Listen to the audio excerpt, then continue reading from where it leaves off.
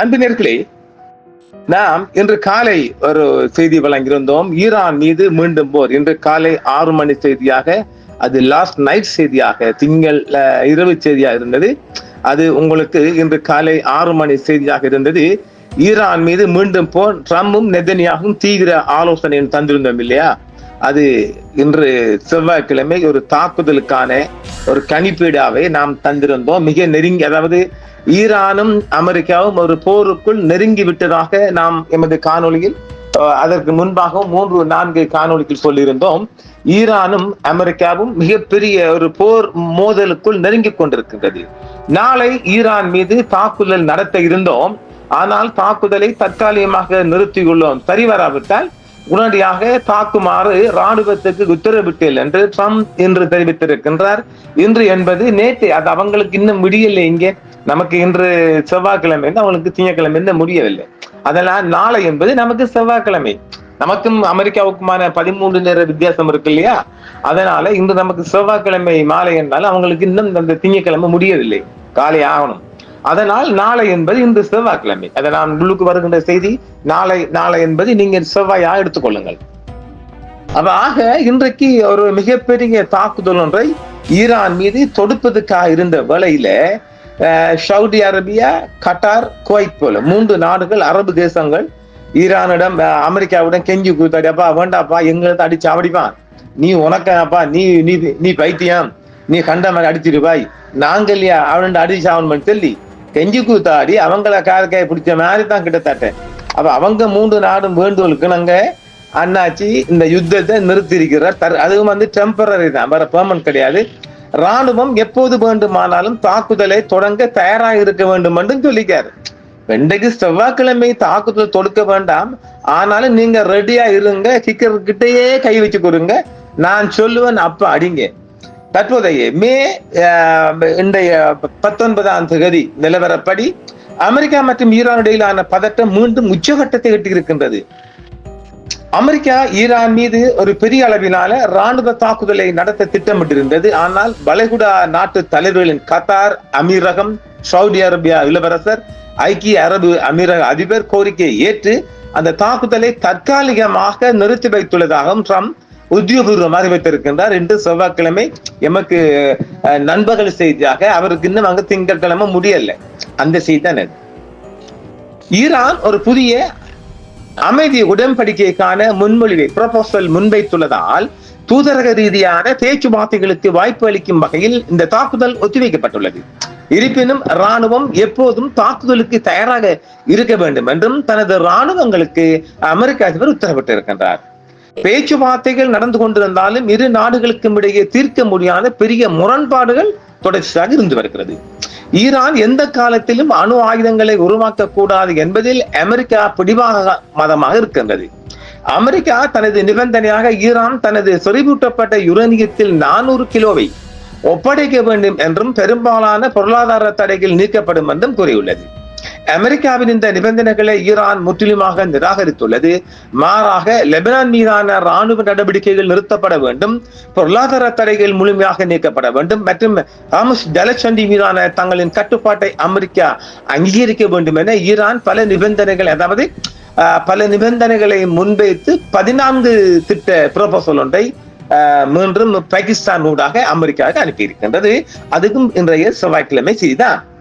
முன்னேற்றம் ஏற்பட்டுள்ளதால் திட்டமிட்டிருந்த ராணுவ தாக்குதலை அதிபர் டொனால்ட் ட்ரம்ப் அவர்கள் தற்காலிகமாக நிறுத்தி இருக்கின்றார். பேச்சுவார்த்தைகள் தோல்வி அடைந்தால் எந்த நேரத்திலும் ஈரானின் இலக்குகள் மீது முழு அளவிலான தாக்குதலை நடத்த ராணுவத்துக்கு உத்தரவிட்டுள்ளது என்றும் அமெரிக்க அதிபர் ஈரானுக்கு அச்சமூட்டி எச்சரிக்கை செய்கின்றார்.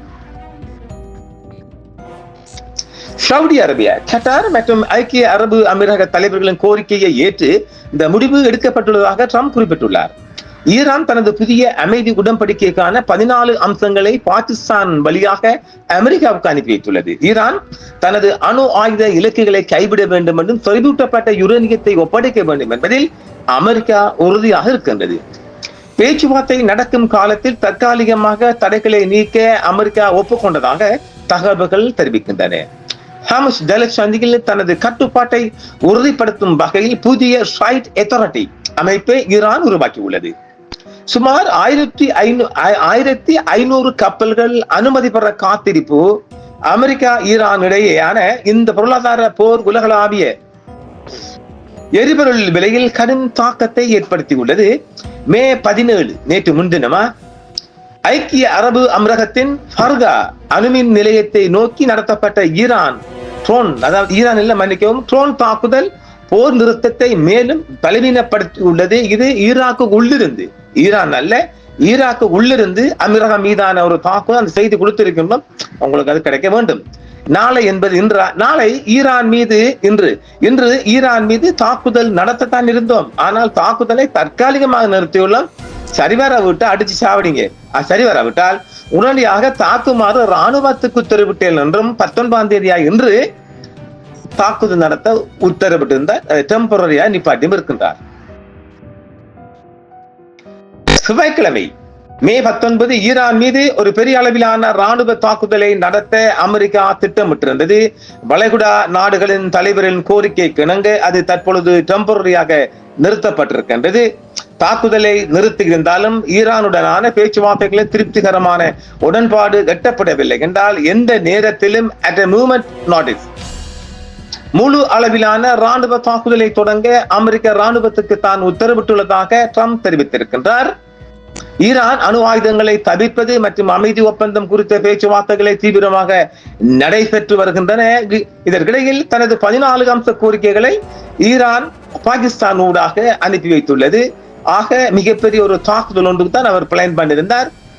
மே 18 பிளான் பண்ணாலும் இன்று இது ஈரானின் அணுசக்தி திட்டங்கள் மற்றும் ராணுவ உட்கட்டமைப்புகள் முடக்கும் வகையில் திட்டமிடப்பட்ட முழு அளவிலான பாரிய தாக்குதல், அதாவது ஃபுல் லார்ஜ் ஸ்கேல் அசால்ட் ஆகும்.